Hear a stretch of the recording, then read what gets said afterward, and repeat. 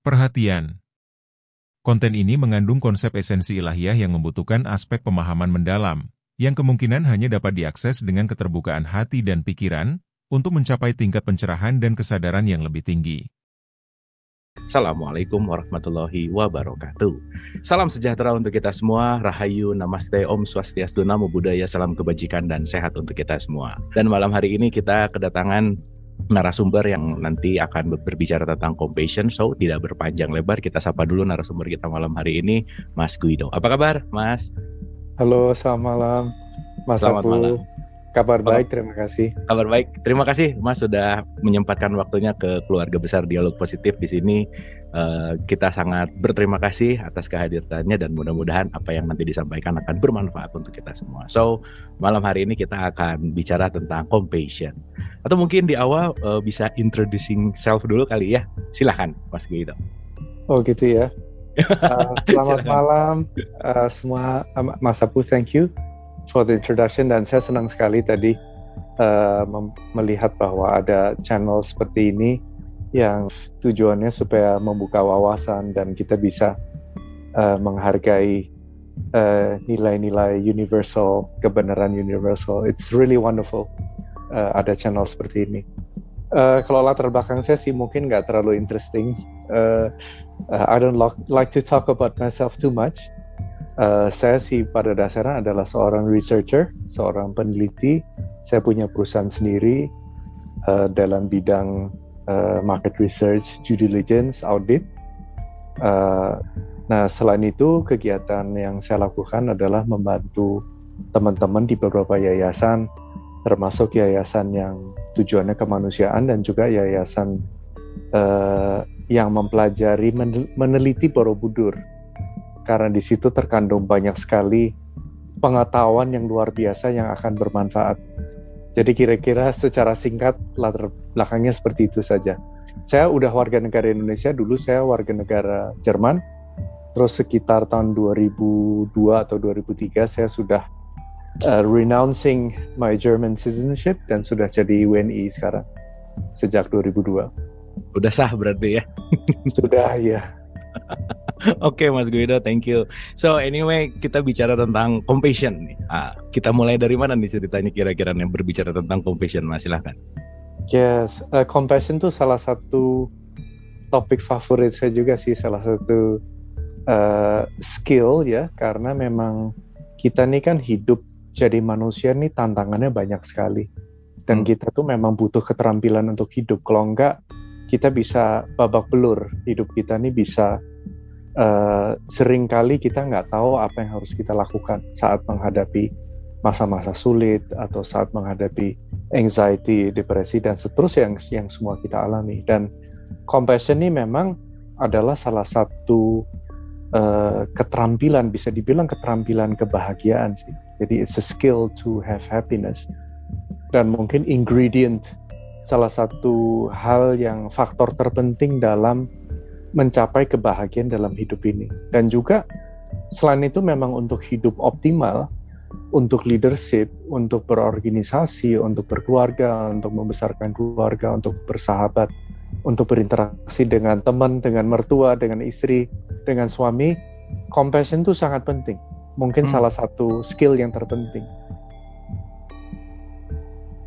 Nah, di kepentingan itu kita untuk skill itu menarik ya. Tadi menarik bahwa kita perlu skill untuk hidup, salah satunya adalah compassion gitu. Nah, penerapan atau penggalian compassion yang harus kita ketahui untuk kita bisa latih skill itu, untuk bisa kita gunakan, itu kan harus ada prosesnya tuh gitu. Kira-kira Mas Guido. Nah, bagaimana tuh prosesnya kira-kira? Betul sekali. Jadi it starts with yourself. Masing-masing dari kita tuh memang perlu bersikap compassionate, bersikap berwelas asih dengan diri sendiri, mencintai diri sendiri. Jadi dikatakan sebelum kita nih bisa mencintai orang lain, benar-benar bisa mengasihi orang lain, kita juga perlu mengasihi diri sendiri. Artinya menerima diri sendiri apa adanya, tidak berpura-pura, tidak bertopeng, tapi benar-benar sepenuhnya jujur dengan diri sendiri dan tanpa menghakimi diri sendiri, tanpa bersikap keras, kritis, menjatuhkan diri dan seterusnya. Karena kakak saya kan tinggal di Amerika Serikat di Seattle dan dia juga hidupnya cukup tantangan karena anaknya punya some mental issue, ADHD dan juga masuk ke spektrum autism. Dan kakak saya cerita bahwa di Amerika itu epidemi, depresi dan anxiety itu epidemi, dan banyak sekali orang itu yang di sana menderita karena depresi, yaitu depresi itu mulanya sebenarnya karena bersikap terlalu kritis dengan diri sendiri, terlalu mengkritik, terlalu menghakimi, terlalu melihat kekurangan kita sendiri, dan nggak ada kurang adanya sikap yang pengertian dan lembut ke diri kita sendiri. Akhirnya kita nggak ada toleransi ke diri sendiri. Sedangkan kita sebagai manusia kan pasti ada campuran plus dan minus, hitam dan putih, positif dan negatif.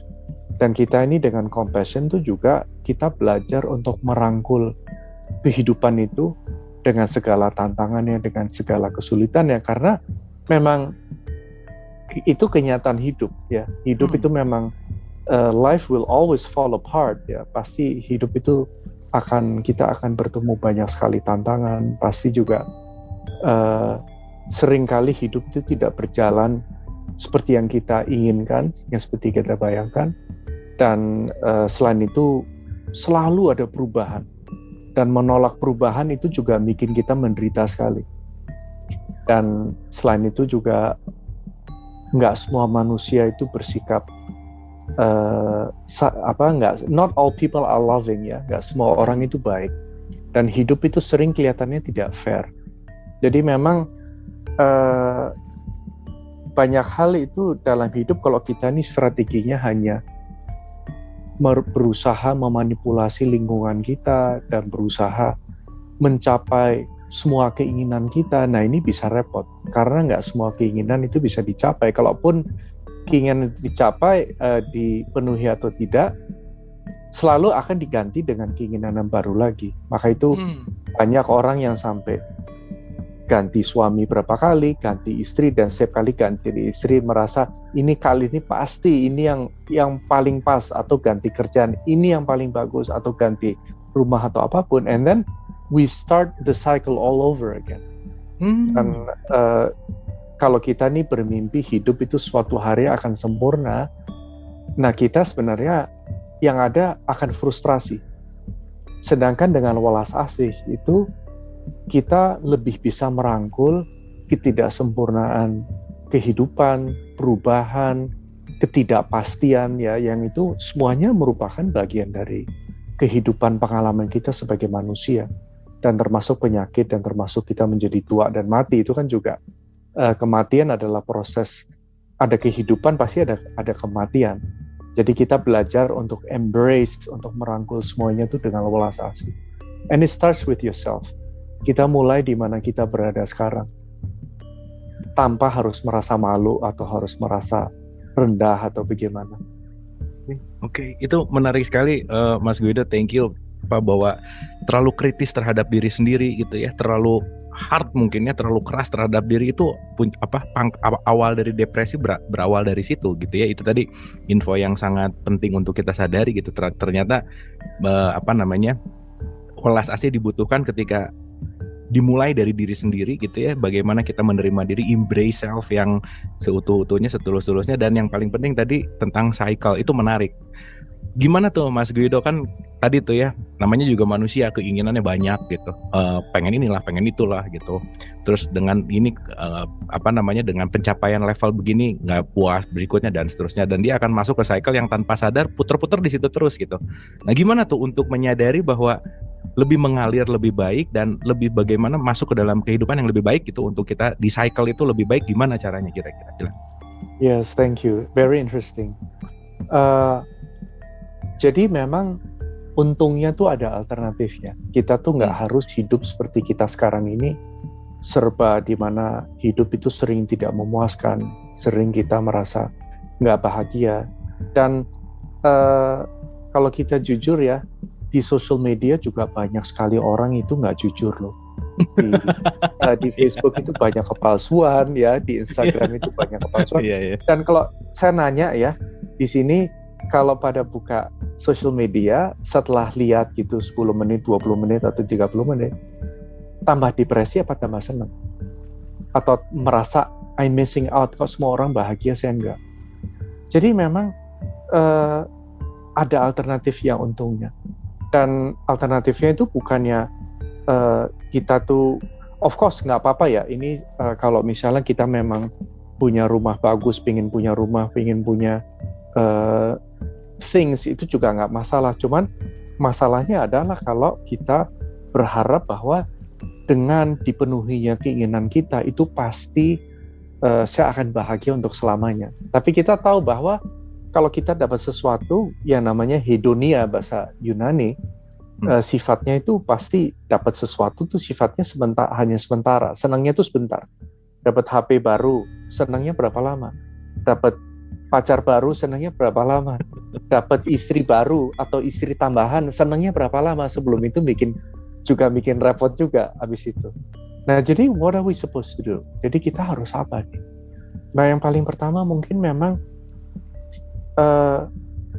untungnya ya, kita tuh dalam hidup tuh bisa, kita tuh mengalami kesulitan dan penderitaan sebenarnya untung juga. Karena disitulah kita bisa wake up, dari situ kita bisa mulai tergugah bahwa hidup itu bukan hanya urusan hal-hal yang seperti itu. Tapi ada dimensi lain, ada cara lain kita nih bisa hidup lebih optimal. Dan caranya adalah kita mesti coba sendiri, yaitu dengan kita lebih peduli dengan sesama, lebih peduli dengan orang lain, dengan lingkungan, mungkin dengan binatang, dengan with anything, dengan global warming, dengan adanya kepedulian, itu melahirkan segala macam kualitas-kualitas positif itu akan muncul dengan sendirinya. Kita lebih semangat, kita lebih kuat menghadapi tantangan-tantangan hidup, kita akan lebih kreatif, kita akan lebih toleran dengan orang lain, dan kita itu nggak harus begitu kita itu udah bisa menerima diri kita hanya apa adanya, kita juga bisa menerima orang lain apa adanya. Jadi ini juga salah satu skill yang kita butuh, karena ini kita kan makhluk sosial. Kita tuh selalu berinteraksi dengan orang di tempat kerjaan, di keluarga, di organisasi, di masyarakat. Dan kita itu juga salah satu hal yang kita perlu adalah keterampilan, skill, cara kita ini menjaga dan membina dan mengembangkan suatu relationship yang positif, yang bermanfaat. Jadi compassion di situ juga sangat berpengaruh. Kalau kita nih bisa, karena dengan adanya compassion tentunya karena kita terima diri kita bisa terima orang lain. Kita terima bahwa orang lain itu memang ya namanya juga manusia, pasti juga punya kekurangan, dan kita bisa terima bahwa bisa mengizinkan bahwa orang-orang itu semua berbeda, dan kita bisa lebih, dengan adanya compassion kita pasti lebih perhatian. Kalau kita nih hanya mikirin diri sendiri nih, hidup nggak kemana-mana. Kita nggak mungkin bahagia. Kita lihat orang yang egois tuh nggak ada yang bahagia. Lalu selain itu kita juga punya keinginan untuk memberi manfaat untuk orang-orang dan memberi kebahagiaan untuk orang di sekeliling kita. Nah, ini yang bahasa Yunaninya adalah, kalau di filsafat itu eudaimonia. Eudaimonia itu artinya human flourishing. Kita ini mencapai kesejahteraan tertinggi. Caranya gimana? Justru dengan menyejahterakan orang lain, dengan memikirkan orang lain. Itu karena memang di dalam hati ingin memberi yang terbaik. Dan kita ini justru sebagai manusia akan paling efektif hidupnya, paling happy, paling fun, itu kalau kita peduli dengan sesama. If we really, kita kerja pun kita peduli dengan orang lain, kita masak kita memikirkan orang lain, kita pergi kerja juga nggak merasa beban, cuman kita merasa oke, saya akan melayani, saya akan melakukan yang terbaik untuk orang lain. Nggak soal kita pekerjaannya sesederhana seperti apa, nggak soal kita ketemu siapa, tapi di dalam hati selalu membawa kehangatan yang ingin memberi yang terbaik untuk orang lain. Pada dasarnya compassion itu arahnya ke situ. Dan termasuk juga bisa menerima bisa hadir dengan penderitaan di sekeliling kita. Itu juga aspek yang sangat penting dari welas asih. Oke. Tadi berulang-ulang Mas Guido berbicara tentang itu adalah skill dan skill gitu ya. Berarti skill itu kan perlu diasah, skill itu perlu dipelajari lagi. Sementara kalau kita bicara pendidikan nih Mas Guido, yang di skill yang dilatihnya adalah skill matematik, skill berhitung ya matematik gitu, terus analisa dan seterusnya gitu. Sementara skill untuk compassion ini jarang diajarin nih Mas Guido. Nah, gimana nih cara penerapan pengajaran compassion ini? Apakah harus dimulai dari rumah kah, dari orang tua kah, di sekolah kah? Bagaimana agar si skill ini tetap terlatih gitu? Silakan. Exactly, Mas Abu. Itu a very good point. Memang kita di sekolah itu yang diajarkan itu lebih dari segi pengetahuan matematika, biologi dan seterusnya. Tapi lebih pentingnya sebenarnya welas asih itu di salah satu sikap yang terpenting malah dalam untuk hidup ini secara terampil butuh welas asih. Nah, terutama itu sebenarnya tenaga pengajarnya itu harus bisa dia sendiri meneladani sehingga si anak ini dan orang tua juga supaya anak ini bisa melihat. Jadi compassion itu justru bukan diajarkan secara intelektual, cuman karena dijalankan, karena dilihat dan mungkin menjadi budaya dari suatu organisasi, secara subliminal orang-orang di sekeliling kita, dan anak dan orang-orang di sekeliling kita akan ikut. Jadi seseorang harus mulai this kind of movement. Nah, gimana sih caranya? Nah, kalau di tradisi welas asih sebenarnya saya juga mempelajari dari tradisi yang Nusantara ya. Di Borobudur itu sebenarnya kalau kita lihat ya itu adalah suatu peta untuk pencapaian potensi manusia tertinggi. Itu di Borobudur tuh nilai-nilai universalnya luar biasa. Dan di Borobudur itu dari lantai paling bawah mulai sampai ke lantai kedua, ketiga itu seluruhnya mengajarkan tentang menjalankan hidup yang susila dan yang didasari welas asih. It's really so beautiful. Ya diajarkan nenek moyang kita ya yang bisa membangun monumen seperti itu dan tujuannya untuk menyejahterakan rakyat. Jadi saya sangat terinspirasi. Mungkin saya akan ambil dari situ. Caranya yang pertama ini adalah sebenarnya ada beberapa langkah. Cuman yang diajarkan karena ilmu dari Indonesia ini sebenarnya secara historis ini menyebar ke India, ke Tibet, terus ke bahkan mempengaruhi sejarah dunia dan juga ke Tiongkok.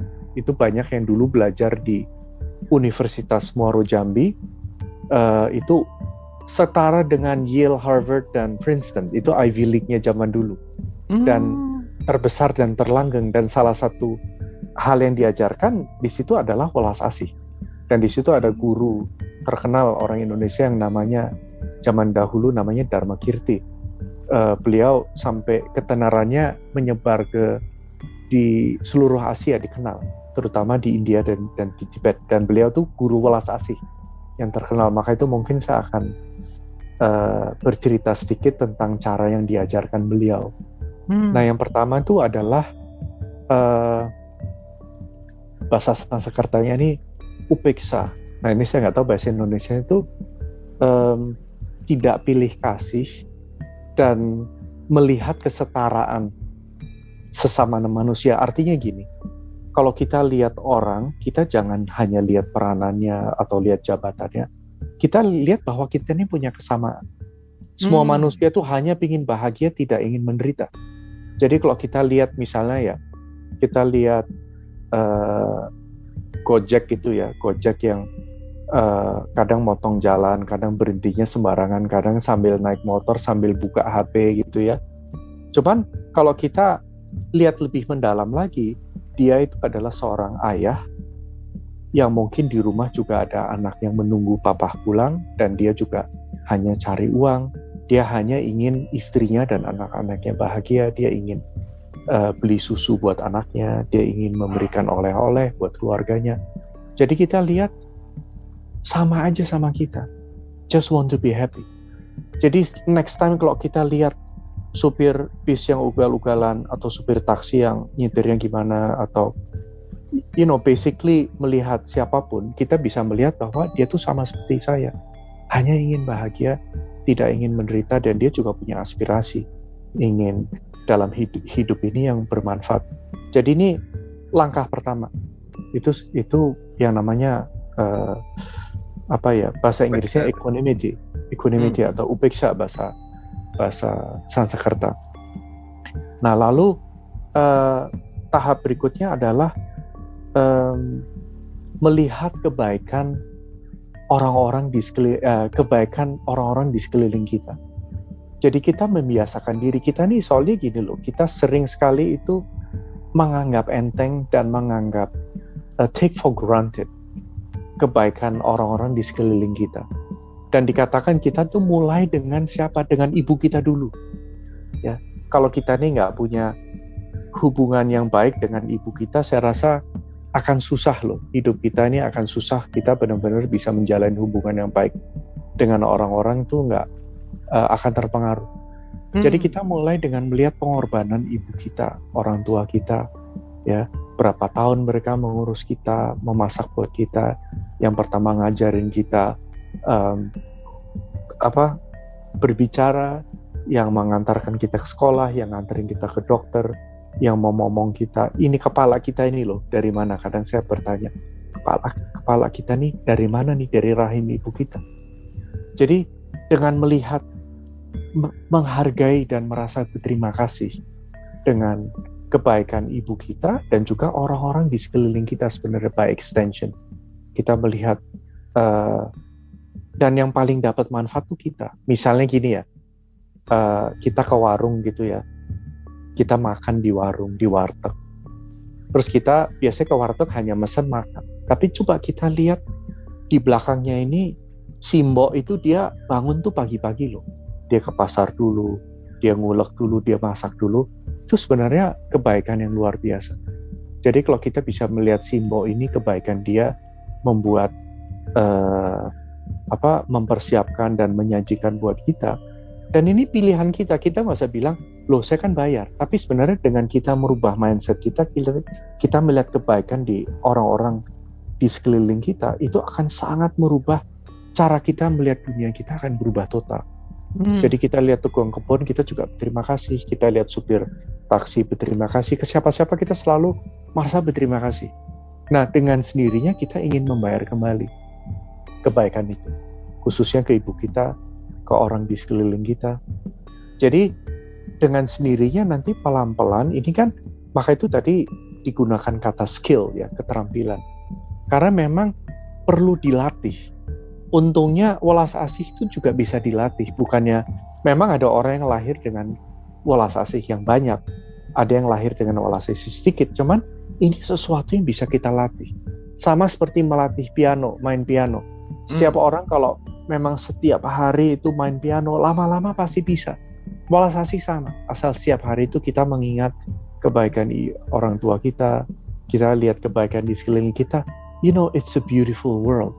Karena dunia kita, cara kita melihat dunia kita yang menentukan kita sendiri. Semakin besar welas asih kita, semakin banyak keindahan yang kita lihat di dunia kita, semakin banyak kotor hati kita, semakin banyak kotoran yang kita lihat. Jadi welas asih itu seperti kacamata yang warnanya pink. Jadi semuanya kelihatan indah kalau pakai kacamata pink gitu. Atau kalau marah misalnya pakai kacamata warna merah, semuanya kelihatan merah. Cuman kebanyakan dari kita nggak sadar bahwa sesungguhnya cara kita melihat dunia kita sendiri ya sebenarnya menentukan. Dengan adanya welas asih, kasih sayang, kepedulian, it's a beautiful world. Memang it's not perfect, pasti banyak kekurangan, ya banyak penderitaan, banyak yang nggak fair, tapi kita bisa make a difference. Kita dengan merubah cara pandang kita, dunia kita tuh menjadi dunia yang sangat indah sebenarnya. Nah, yang menarik, bahasa Sanskertanya, welas asih itu adalah karuna. Dan ada welas asih ada 3 jenis kalau bahasa Sanskertanya, dan bahasa Tibetnya indah sekali, Yeong Champa.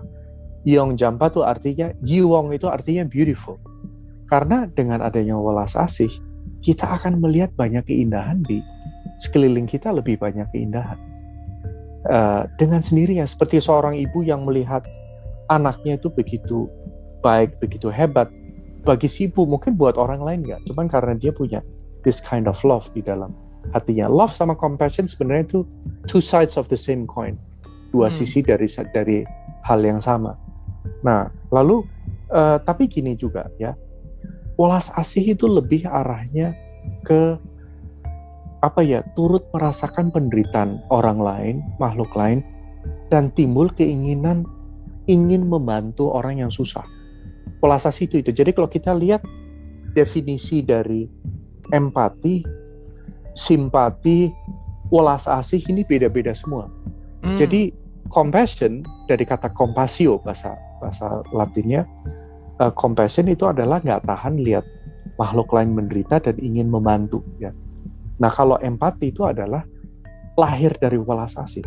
Karena kita berwelas asih, kita bisa turut merasakan apa yang orang lain rasakan. Jadi kalau orang lain menderita, kita turut rasakan. Ini yang bahasa Inggris dikatakan putting oneself in the shoes of the other person. Jadi artinya menempatkan diri pada posisi orang lain.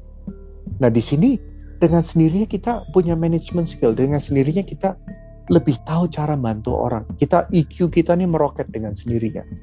Relationship kita dengan orang-orang di sekeliling kita akan membaik sekali. Karena relationship kita dengan diri kita sendiri akan membaik juga. Nah dari situ akan muncul tekad ya. Tekad ini adalah tekad kita ingin menggunakan sisa hidup kita ini supaya kita ini berguna buat sesama. Nah ini tekad ini, it's actually very beautiful karena hidup ini jadi bermanfaat, jadi menjadi ada maknanya. Dan kalau kita pun menderita tuh nggak soal, karena penderitaan itu adalah penderitaan yang bermakna. Kira-kira seperti itu. Tapi memang ini, dan ada teknik lain. Tekniknya misalnya dengan yang namanya perenungan, ada teknik dengan yang namanya visualisasi. Ini ada many techniques ya. Dan juga ada yang melalui semedi, ya samadhi atau semedi, bahasa Jawanya semedi ya, untuk melatih welas asih itu. Oke, menarik sekali Mas Guido. Terima kasih, ini paparannya asik banget. Tadi tergelitik ada kalimat penderitaan, Mas Guido. Sering dengar ada kata-kata gini, suffering call us back home, bahwa penderitaan itu memanggil kita pulang katanya. Penderitaan itu menyadarkan kita. Penderitaan itu membuat kita menjadi sadar. Bahkan kalau saya ngambil satu statementnya Rumi mengatakan bahwa luka adalah tempat cahaya masuk gitu, di mana ya orang yang terluka di situ dia mendapatkan cahaya gitu. Nah, yang ingin agak lebih dielaborasi tentang penderitaan nih. Apakah seseorang yang sudah memiliki compassion tinggi, dia akan bisa menerima penderitaan lebih baik lagi? Apakah seperti itu atau gimana tuh Mas Guido? Silakan. Oke, thank you. Itu tadi statementnya indah sekali dan memang benar. Sebelum saya jawab itu, memang gini ya. Saya rasa kita semua tahu bahwa penderitaan itu bagian dari hidup kita. Nggak bisa kita sangkal. It is part of life ya. Itu memang sesuatu yang perlu kita belajar untuk rangkul, kita terima dan kita rangkul. Karena semakin kita nolak, semakin kita menderita sebenarnya. Yes. Jadi salah satu yang terbesar penderitaan ya adalah penolakan itu sendiri. Kalau kita menolak suatu situasi, kita nggak terima. Terus kita nolak, dan biasanya kalau kita menolak, kita nggak terima penderitaan, itu kita mungkin melarikan diri, misalnya dengan cara makan yang banyak, makan ya, emotional eating. Seperti Oprah Winfrey, dia mengakui dia kalau menderita dia pelariannya makan. Ada yang pelariannya shopping gitu, jadi shopaholic. Ada yang juga menjustifikasi, ada yang menghalalkan, ada yang menyalahkan. Mungkin banyak di antara kita tuh menyalahkan. Cuman itu semua nggak pernah menyelesaikan persoalan. Nah caranya jadi gimana? Nah pertama memang gini, it's very true, dengan adanya welas asih pasti kita akan lebih bisa menghadapi persoalan hidup, tantangan hidup yang pasti akan datang. Kita jangan bermimpi bahwa semakin kita berdoa, semakin kita religius, penderitaan dalam hidup, tantangan akan berkurang. Karena itu nggak akan berkurang. Ya akan berkurang apa? penolakan kita, atau kita semakin punya keterampilan untuk menyikapi kehidupan kita. Dan cara menyikapi kehidupan kita tuh jauh lebih penting daripada apa yang kita miliki, daripada apa yang kita alami. Lebih penting cara menyikapinya. Nah, penderitaan ini banyak kualitas baiknya. Maka itu yang tadi dari Rumi ya, and I believe juga ada satu jurnalis di Amerika, saya kok jadi lupa namanya, dia sangat terkenal, dia mengatakan through the cracks of the heart the light can shine through. Ya, ini satu jurnalis Amerika udah meninggal, itu zaman Perang Dunia Kedua. Dia bilang melalui retak-retak di hati kita, disitulah cahaya itu bisa masuk. Saya rasa dia terinspirasi oleh Rumi. Dan ini begini, dengan adanya penderitaan, tantangan hidup ya, kita tuh sering harus kena batunya. Kita nih sering terlalu sombong, kita tuh sering menganggap diri paling tahu, lebih punya hak daripada orang lain. Dan kita pikir dengan kesombongan itu, kita tuh nggak bisa melihat ke diri kita sendiri. Kita seringkali nggak melihat kekurangan kita sendiri yang seluruh dunia lihat. Except ourselves. Jadi sifat dari kesombongan itu memang membutakan. Kita tuh jadi buta akan realita hidup. Nah, dengan adanya penderitaan, kita tuh bisa melakukan reality check. Sama seperti yang Socrates katakan juga, penderitaan tuh banyak manfaatnya. Karena kita tuh jadi ingin cari tahu hidup ini apa sih, solusinya tuh apa sih untuk hidup ini. Dan dengan mengalami penderitaan itu, kita udah gak sempat sombong lagi. Kesombongan kita itu hilang, dan kita tuh bisa mulai berempati, bisa mulai ada welas asih. Dan ada seorang master dari Vietnam, seorang yang terkenal di Amerika, namanya Thich Nhat Hanh. Dia mengatakan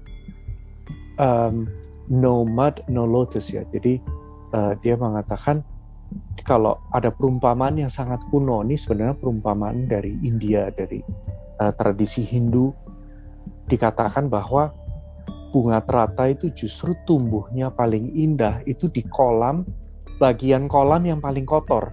Yang paling banyak kotorannya justru paling indah. Dan teman saya pernah cerita, dia ke India, keluar dari pesawat itu masih bau. Aromanya tuh aroma dupa. Cuman begitu dia keluar dari bandara, ini aroma yang sesungguhnya baru keluar. Dan dia bilang, ini waktu dulu ya, banyak sekali kotoran, dan itu cuman di kolam-kolam dan di got-got itu di India itu banyak sekali bunga teratai yang sangat wangi dan berwarna indah. Dan ini perumpamannya begini, justru banyak kualitas baik itu muncul dari penderitaan. Dan bagi saya sendiri juga, guru terhebat, guru dalam kehidupan saya yang paling dahsyat adalah saat saya mengalami tantangan hidup yang sangat berat. Disitulah saya dapat pelajaran paling banyak. Jadi di situ teratainya ini simbol dari apa? Dari kasih sayang. Dari penderitaan tuh bisa muncul kasih sayang. Dari penderitaan bisa muncul welas asih, empati. Dan juga kalau ada hubungan keluarga atau suami dan istri saat bersama-sama memikul tantangan hidup dan mengalami penderitaan bersama-sama, ini akan memperkuat hubungannya dan akan juga meningkatkan, membudidayakan dan meningkatkan kasih sayang mereka. Justru very powerful relationships are forged itu lewat kesulitan hidup. Dan kalau kita ada welas asih, itu akan sangat membantu kita menghadapi tantangan hidup, dan kita tuh nggak bereaksi dengan marah gitu, karena marah itu nggak nyelesain masalah. Dan kita juga nggak menyalahkan gitu. Tentunya ini ada proses ya, tapi jalan hidup, jalan cerita kita semua ini sebenarnya mengalami kita semua bisa dibilang punya kegalauan batin ya, dan kita ini semua sebenarnya ibarat orang sakit. Kita tuh punya issues dan kita tuh mencari kesembuhan dari issues tersebut. Nah, kalau di psikologi barat itu ada akronim, saya lupa oleh psikolog siapa, dia bilang SARA. Sarah ya. Saat kita menghadapi persoalan atau musibah, Sarah itu S yang pertama itu shock, kita shock dulu. Setelah shock, A-nya itu anger. Setelah anger, R-nya itu rejection. Setelah rejection, acceptance, baru healing. Healing itu terjadi setelah acceptance. Dan acceptance terjadi kalau kita ada welas asih. Dan kita tahu bahwa, well, that's life, you know. Memang ya seperti itu. Everybody, kita semua pasti ngalamin lah, ya kan. Oke, thank you Mas Guido, menarik sekali ya.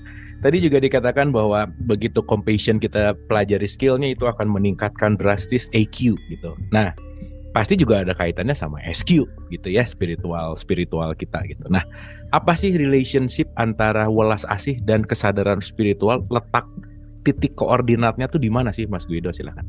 Okay, thank you for the question. Jadi memang ini semuanya terkait sih, IQ, EQ, dan SQ. IQ akan terdorong dengan sendirinya kalau kita punya EQ, karena dengan adanya EQ, kita begitu berinteraksi dan kita menemukan, misalnya kita bertemu dengan informasi, kita tuh bisa mengaitkan dengan menempatkan suatu emosi di informasi tersebut. Maka itu misalnya ya, contoh aja ya, saya tuh masih ingat nomor telepon dari cewek waktu saya SMP yang dulu saya naksir ya, 7097766. Sampai sekarang masih ingat. Karena apa? Karena nomor itu bagi saya sangat berarti, karena saya tuh ada emotional content yang diletakkan pada nomor tersebut, jadi ingat. Nah, jadi dengan sendirinya IQ kita pasti akan meningkat. Nah, lalu EQ juga akan mempengaruhi seluruh life skill kita, yaitu misalnya dari segi kesuksesan hidup ya. Kesuksesan hidup itu sangat dipengaruhi oleh EQ kita. Kesuksesan itu saya ingin juga klarifikasi itu apa? Kesuksesan itu bukan hanya dari segi materi apa, itu malah belum tentu. Banyak di Indonesia orang yang punya materinya banyak, cuman mereka orang kaya yang ngemplang. Di Indonesia kan lucu ya, orang yang koruptor itu orang kaya semua, nggak ada orang miskin. Tapi sebenarnya mental miskin, maka itu nggak pernah merasa cukup. Udah ngambil 1 miliar, 5 miliar, nggak cukup, 100 miliar, 1 triliun. Habis itu yang sekarang yang skandal terbaru ya, yang 150 triliun lebih yang Jiwasraya, it's just unbelievable. Nah, itu nggak ada EQ sama sekali justru. Nah, kalau kita sukses ya, tadi kembali ke topik sukses.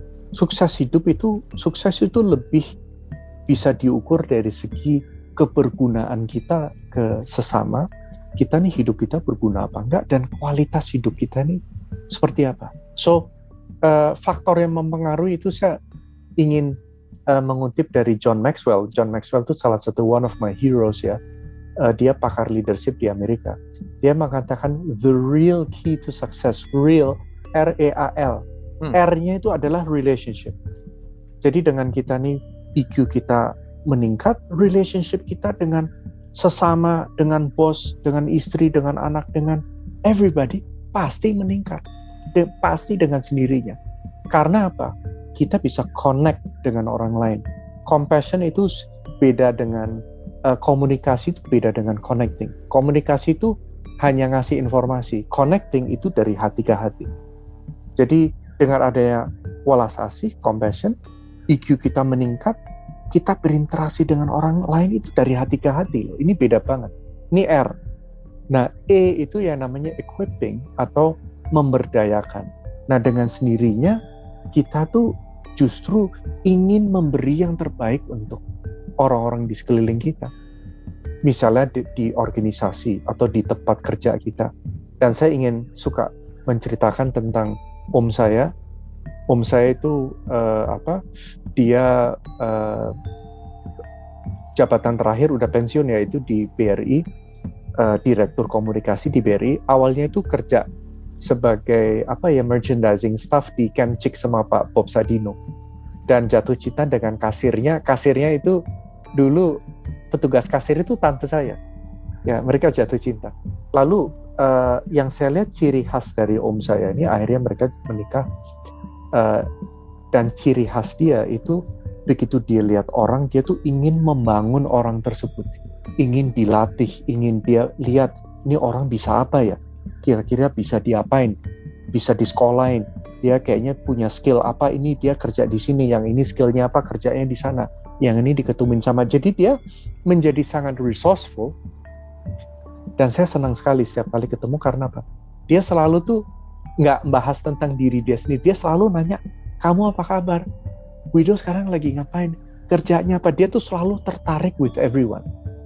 Jadi ini juga salah satu hal yang sangat menyenangkan dalam hidup adalah kalau kita ini bisa membantu orang lain, memberi nilai tambah ke orang lain, membuat orang lain tuh bisa mencapai suatu level yang lebih tinggi, mungkin dengan pendidikan, mungkin dikasih pelatihan apa, mungkin berbagi pengetahuan, mungkin berbagi wawasan, mungkin di kantor berbagi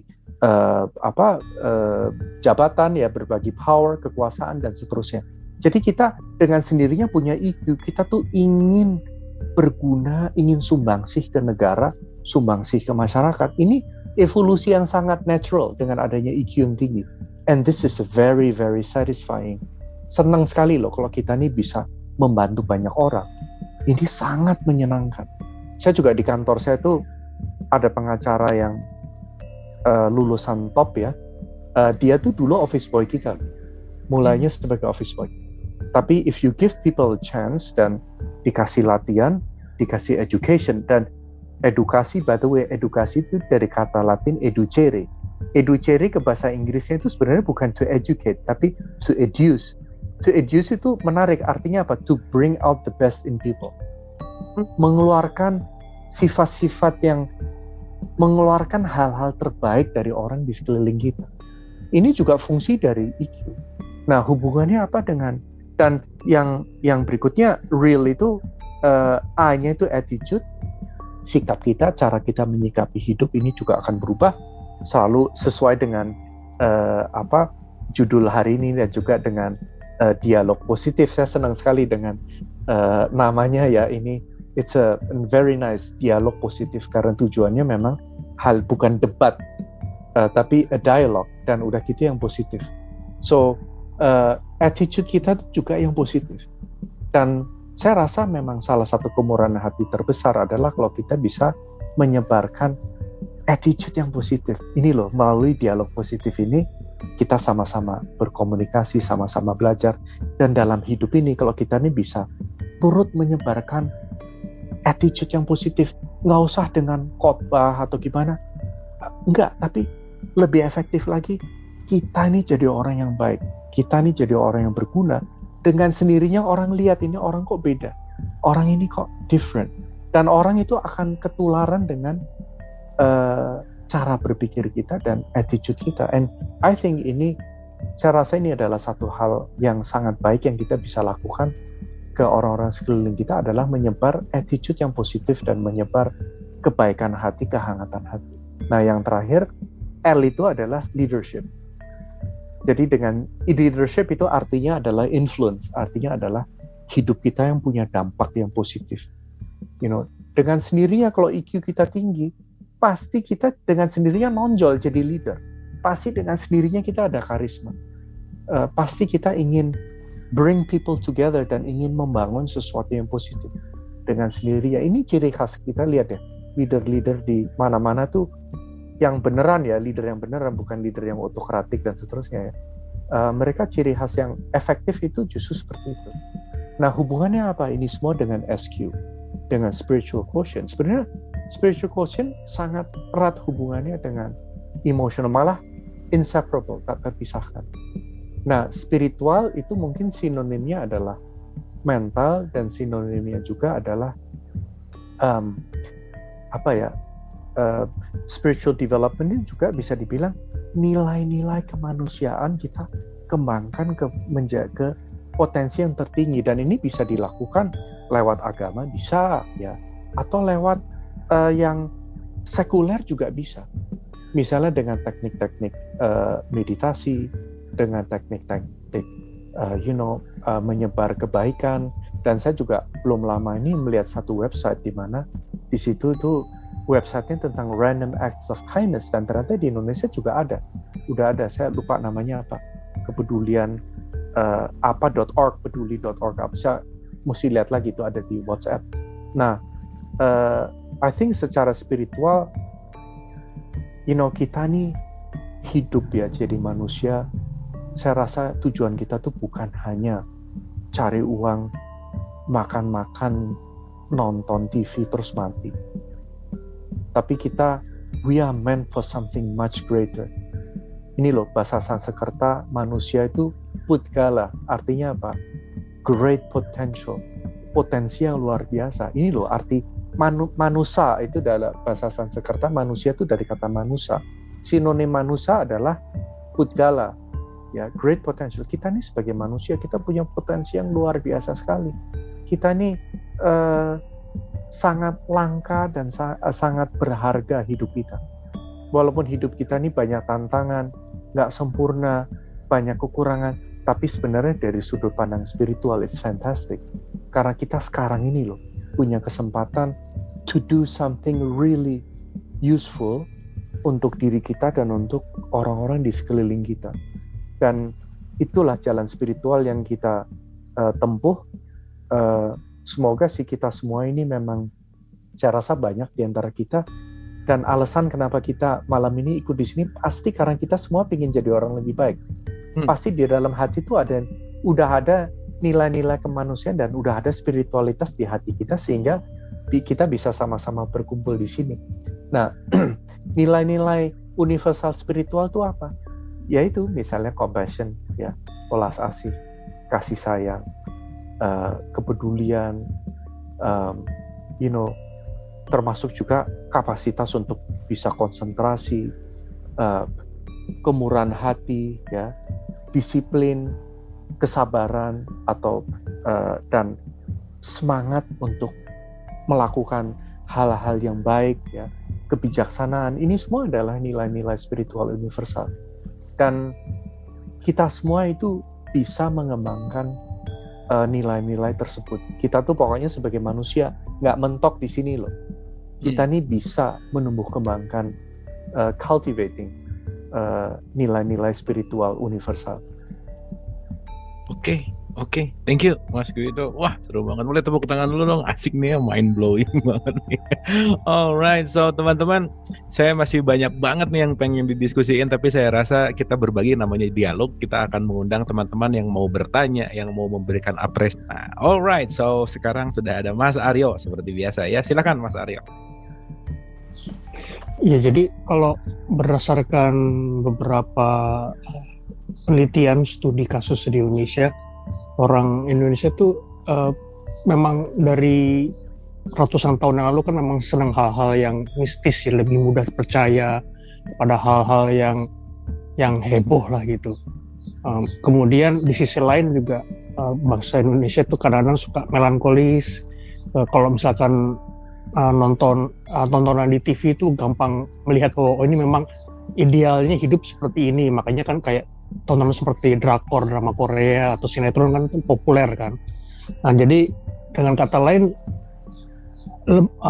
orang kita itu suka lebih mudah menerima hal-hal yang seperti ini, kurang mampu memfilter, membedakan bahwa ini cuma sekedar tontonan, bukan berarti kehidupan nyata. Jadi kalau misalkan nanti punya idaman, ini istri idaman atau suami idaman seperti yang ada di TV, mereka lupa bahwa itu tuh karakter yang dibuat untuk tontonan khayalat, bukan kenyataan gitu.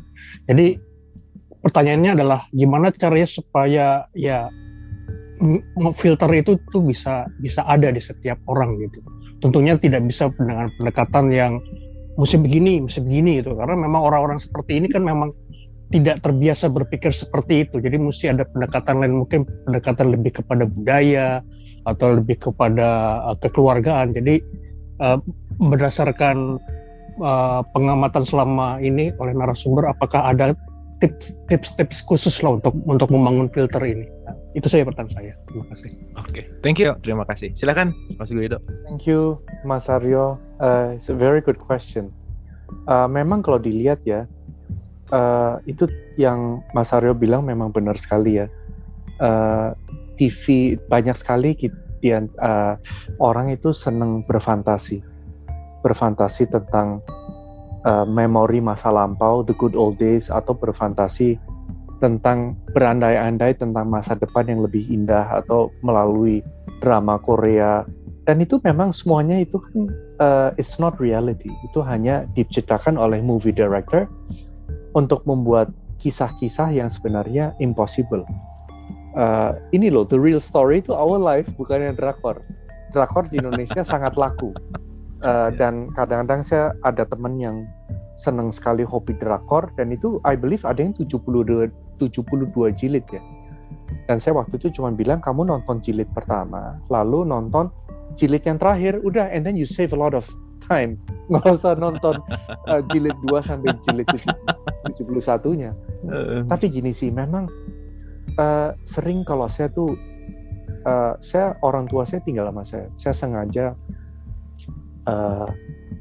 orang tua tinggal sama saya karena I want to take care of them. Saya mau ngurus mereka. Itu adalah saya merasa mereka telah melakukan begitu banyak hal yang baik dan sudah seharusnya lah saya ngurus mereka. Dan setiap hari itu ibu saya dia kan suka baca surat kabar dan dia cerita ke saya keluh kesah tentang apa yang lagi terjadi di Indonesia, dan itu it really breaks my heart.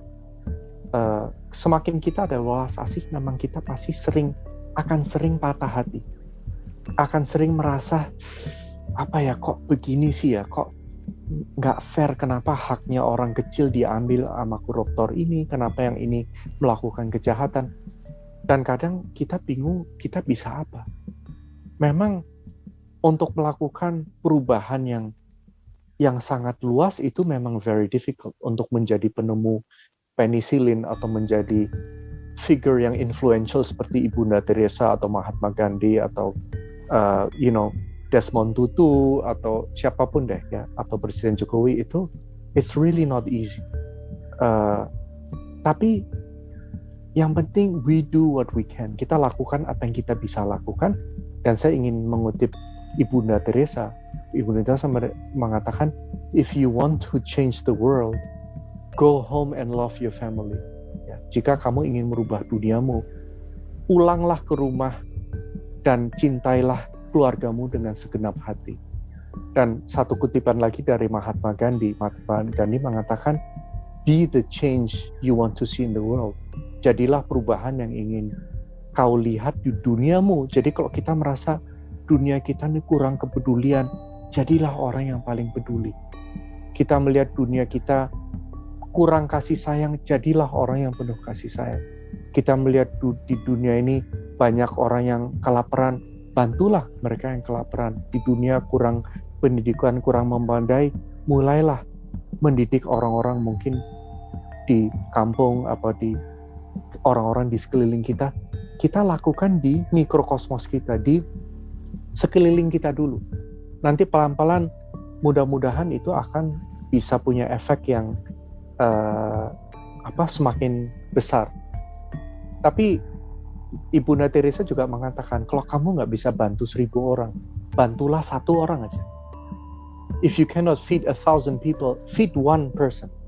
Ya, jadi kita mulai dengan diri kita sendiri, kita mulai dengan hal yang kecil-kecil, dan kita mulai dengan sekarang. Dan yang paling penting, kita mulai dengan diri kita sendiri, karena kita nggak bisa berharap orang lain kapan pemerintah Indonesia akan melakukan ini, kok ini nggak becus ini. Tapi yang penting kita nih berinisiatif and we do something, what we can. Apapun yang kita mau bisa sekarang, kita lakukanlah dengan sepenuh hati. By all means, Terus ya, kalau menurut saya sih untuk sementara yang bisa kita lakukan yaitu mungkin sebatas dunia kita, organisasi kita, dimanapun masjid kita, gereja kita, atau tempel Hindu kita, atau dimanapun di kantor kita, mulai dengan yang itu dulu. I think itu seperti itu sih. And then nanti kita bisa melihat bahwa it's worth it. Hidup ini worth it. Kita menoleh ke belakang itu kita nggak menyesal, dan kita saat hari tiba di mana kita harus say goodbye for the last time, kita meninggal, kita nggak akan ada penyesalan. Karena kita telah melakukan yang terbaik yang kita bisa. And then, it's worth it. Life is worth living, kalau seperti itu. Luar biasa. Terima kasih Mas Guido. Semoga menjawab pertanyaan. Jadi intinya kita mulai dari diri sendiri gitu ya. Karena kita nggak bisa ngerubah orang lain juga gitu ya Mas Guido. Yes, yang bisa kita lakukan very dari dalam. Mau merubah orang lain, caranya adalah merubah diri kita sendiri. Yes, itu loh caranya merubah orang lain. Oke, thank you, terima kasih Mas Aryo. Ini ada pertanyaan dari direct message. Pertanyaannya kurang lebih gini nih, agak panjang tapi esensinya gini. Bagaimana caranya untuk memaafkan diri sendiri yang terlampau memiliki rasa bersalah untuk mendapatkan compassion? Oh, ini menarik. Silakan. Oh, Mas Guido. beautiful question. Saya sebenarnya tadi juga ingin membahas ini sih tentang memaafkan. Jadi ini termasuk banyak orang depresi, ya itu juga karena nggak memaafkan diri sendiri. Tidak memaafkan nih begini ya, maksudnya kita nih kan manusia ya, kita semua pasti pernah bikin kesalahan. Mungkin banyak kesalahan loh. Karena kita mungkin ada yang disengaja, ada yang nggak disengaja, mungkin lagi marah, mungkin karena dulu kita belum beragama, mungkin kita dulu belum ngerti, terus kita melakukan sesuatu yang kita sesali. Cuman yang paling penting gini loh, kita semua kan pasti bikin kesalahan ya. Learn from the mistake. Kalau kita belajar dari kesalahan, itu bukan kesalahan, itu namanya pelajaran. Dan yang penting kita move on. Kalau perlu minta maaf ke orangnya, and then ya udah, memang itu bagian dari proses kehidupan. Pembelajaran adalah melalui kesalahan. Don't be afraid to make mistakes. Jangan pernah takut membuat kesalahan. Kita semua bikin kesalahan kok.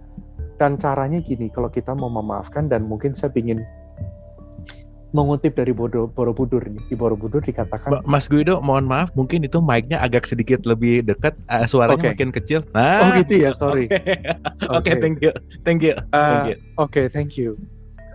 Cara memaafkan yang paling efektif nih kalau menurut ilmu Borobudur nih, menurut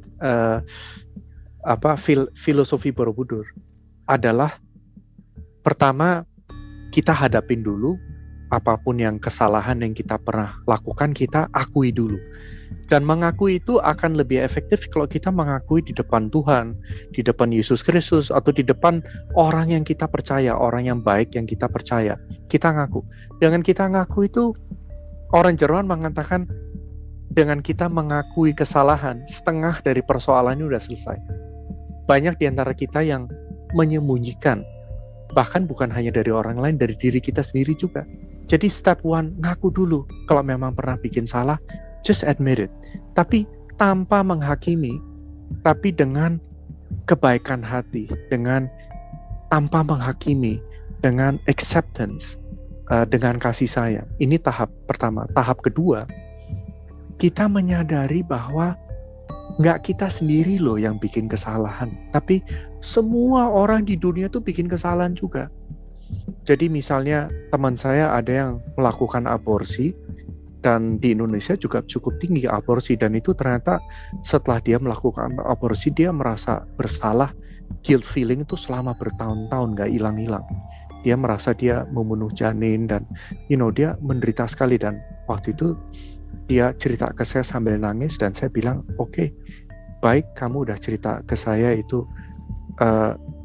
it's very brave, kamu sangat courageous, udah berani cerita gini, saya sangat menghargai. Dan saya waktu itu cuman pegang pundaknya sedikit, dan saya bilang bahwa kamu nggak sendiri kok. Yang melakukan gitu tuh jutaan orang. Di Amerika tuh 50% dari semua wanita yang umur 40 ke bawah itu 50% udah aborsi. Jadi maka itu justru kembali ke yang tadi ya, analogi teratai. Saat kita mengalami penderitaan kita atau nggak bisa memaafkan, kita justru membuka hati kita melihat, oh orangnya senasib banyak loh. Jadi dengan sendirinya kita ini stop menghakimi diri sendiri. Cuman yang ada malah kita ada pengertian. Sinonim dari kasih sayang dan dari welas asih adalah understanding, pengertian. Jadi mungkin dulu karena kita kepepet atau mungkin karena nggak ngerti, so kita lebih bisa forgive ourselves. Nah sekarang di Borobudur ya dijelaskan cara paling dahsyat untuk memaafkan diri sendiri dan orang lain adalah mengharapkan agar kesalahan yang sama tidak terjadi pada siapapun. Kita berdoa bukan untuk diri kita sendiri, kita berdoa semoga di seluruh dunia ini nggak ada satu orang pun harus mengalami rasa sakit yang saya alami. Ini dengan sendirinya akan menyembuhkan sekali. Saya dulu pernah depresi loh, tahun 2000, sekitar 2002, selama 6 bulan, setiap hari. Tapi akhirnya sembuhnya, saya nggak tahu gimana, saya nangis dan saya merasakan orang yang depresi itu banyak sekali. Dan saya mendoakan, at that time, waktu itu saya cuma berharap semoga nggak ada depresi di dunia. Dan semenjak itu, hampir sembuh. Kenapa saya mengatakan hampir? Karena begitu sekarang muncul nggak soal. Karena apa? Yang ada welas asih. Saat saya mengalami penderitaan, justru saya gunakan itu untuk turut merasakan penderitaan yang dialami orang lain. Dan itu menyembuhkan sekali. Jadi dengan demikian, you can forgive yourself. Dan, don't be so hard on yourself. Jangan terlalu keras dengan diri sendiri ya. Kita semua sama kok. Kita semua ini senasib. Ya, we are all in the same boat. Dan ini kalau kalian tahu ada mantra ya. Mantra ini bahasa Sanskerta. Bahasa Indonesia udah ada sih kata mantra, atau bahasa Inggris juga mantra udah ada di dictionary. Mantra itu, man itu artinya cita kita, kesadaran kita. Tra itu artinya mendisiplinkan. Jadi kalau pakai mantra, misalnya mantra yang bagus, ini saya guyon sedikit, cuman efektif sih. Mantranya itu it's okay. Oke. Ya. Jadi kalau kita bikin kesalahan, kamu bilang ke diri kamu it's okay. It's okay, I made a mistake, tapi it's okay. Saya nggak akan melakukan itu lagi. Ya kita paling nggak bertekad nggak melakukan kesalahan itu lagi. And then move on dengan hidup kita. Ya, makasih pertanyaannya. Oke, itu keren tuh. Mantranya juga oke. It's okay. Alright. Oke, Mas Guido. Ini sudah 20.37. Mungkin tampaknya ini akan jadi pertanyaan terakhir karena ini masuk yang terakhir. Mohon apakah dengan welas asih ini dari Ibu Sudarillah, mohon apakah dengan welas asih pada diri sendiri bisa memupuk bahwa merasa benar terus sehingga bukan welas asih tapi sebaliknya. Nah, gimana tuh Mas Guido? Ya. Terima kasih pertanyaannya ya. Memang gini ya, welas asih itu memang zaman sekarang kan banyak hal yang palsu ya. Gus Dur dulu bilang ya, saya ingat Gus Dur bilang zaman sekarang tuh kepalsuan banyak banget. Uang palsu, tas palsu, dan Gus Dur bilang apa? Iman palsu juga banyak. Jadi welas asih juga ada yang palsu. Ya. Salah satu bentuk welas asih yang palsu itu apa? Namanya bahkan bisa dibilang kesombongan. Misalnya kita membantu seseorang, tapi kita menempatkan diri lebih tinggi daripada orang itu. Misalnya kita mengadakan acara syukuran ke yatim piatu, cuman tujuannya untuk memuaskan diri sendiri. Jadi itu lebih merupakan pembenaran dan untuk memuaskan diri sendiri. Itu malah it's not so good kalau begitu. Itu karena itu hanya manifestasi dari kesombongan. Nah, kesombongan ini derivatnya banyak, termasuk membenarkan diri sendiri, ya, pembenaran, menjustifikasi, nganggap orang lain tuh nggak penting, nggak bisa nerima pendapat orang lain, ngotot, ya, padahal setiap orang kan punya pendapat sendiri-sendiri dan jalan menuju puncak gunung itu ada banyak, nggak ada, bukan hanya satu, Bhinneka Tunggal Ika. Jadi justru kalau kita benar-benar jujur, kita tahu kok kalau ini compassion-nya beneran apa enggak. We know kalau kita nih menipu diri sendiri sebenarnya di hati kecil tuh kita tahu. Tapi ya ini kan proses ya. Jadi yang penting kita justru pelan-pelan menyadari kekurangan kita. Itu bagian dari welas asih terbesar adalah nerima kekurangan kita tuh apa. Dan kita mesti ingat, kita nih makhluk habitual, kita nih makhluk kebiasaan. Dan kita nih punya banyak kebiasaan negatif. Dan justru jangan digunakan untuk mencambuk diri sendiri, untuk mengkritik diri sendiri, tapi justru acknowledge, mengakui, oh iya, oke, saya punya kekurangan ini, oke, saya hilaf, oke, saya nih tadi salah ngomong. Jadi kita justru pelan-pelan semakin lama semakin sadar, semakin melek. istilahnya semakin melek, semakin awake ya, semakin awake. Ini ada satu band, saya lupa itu judul albumnya itu Wake atau Wide Awake, saya lupa. Dan kita nih mesti, welas asih itu sifatnya juga seperti itu. Sifatnya itu nggak menghakimi, sifatnya itu sabar, sifatnya itu juga trusting, sifatnya itu accepting ya, menerima dan bisa letting go dan berterima kasih dan bersyukur dan juga bermurah hati. Jadi ini memang skill ini pelan-pelan ya, kita pelan-pelan dan ini termasuk mengakui dan menyadari kekurangan kita sendiri. Jadi it's okay. Kalau memang kita masih marah-marah, ya udah. Daripada kita pura-pura, enggak, saya adalah orang suci, saya ini orang baik. Terus kita nggak marah, padahal di dalam hati gondoknya setengah mati gitu ya. Itu juga nggak sehat. Tapi justru saat mengalami kemarahan apa, kita mengakui tanpa menghakimi, oke, ini nih saya nggak baik kalau saya begini, you know. And then pelan-pelan transformasi itu akan terjadi dengan sendirinya, dengan welas. Welas asih itu sifatnya transformatif. It will really transform you, your life, your family, your company, lingkunganmu, semuanya akan transform. It's really amazing. Welas asih ini, it's really worthwhile jika kita ini put effort untuk lebih berwelas asih. Alright, terima kasih banyak ya pertanyaannya. Ya, terima kasih. Wah, luar biasa Mas Guido. Mudah-mudahan ini menjawab yang tadi bertanya, dan saya rasa sangat menjawab ya. Itu sangat menginspirasi. Dan masih banyak sebetulnya yang pengen saya diskusikan, tetapi ya mungkin Mas Guido jangan bosan-bosan, pokoknya nanti kalau saya undang lagi ke Dialog Positif. Itu intinya. Oke, thank you. So, seperti biasa, setiap narasumber pasti ada final statement-nya untuk setiap episode. So, untuk episode 271 ada final statement-nya, silakan. Oke, saya janji nggak lama, karena tadi udah lama ya. Tapi semoga ada welas asih ke saya juga, karena saya nggak sadar ini udah jam 9 kurang seperempat hampir. Nah, saya cuma ingin mengatakan gini ya, hidup itu, life is not easy. Kita pasti menghadapi banyak tantangan, dan mungkin kita, diantara kita nih pasti kita semua juga takut masa depan, kita juga sering gundah, you know. Memang that's the way life is. Jadi kita nih you start where you are. Ini penting sekali. Mulailah perjalanan spiritual kita di mana kita sekarang berada, dengan segala kekurangan dan kelebihan. Kelebihan kita tuh banyak sekali. Nah, dengan landasan welas asih ke diri kita sendiri, nah pelan-pelan nanti transformation itu akan terjadi ya. So please, kita hidup ini sebentar loh. Hidup ini sangat singkat, cepat sekali berlalu. Maka itu mari sisa hidup kita ini, kita nggak tahu berapa lama lagi, tapi semoga sisa hidup kita bisa gunakan supaya kita ini lebih bermanfaat buat sesama, lebih berguna, dan kita ini bisa punya dampak yang positif. Ini loh satu-satunya cara kita mau bahagia tuh itu. Dan kita tahu loh di dalam lubuk hati kita yang paling dalam, saya rasa kita semua di sini tahu kita pingin jadi orang baik. Kita pingin hidup kita tuh berguna. So let's do that. Let's do our best. Yang paling penting, just do your best. Nggak apa-apa.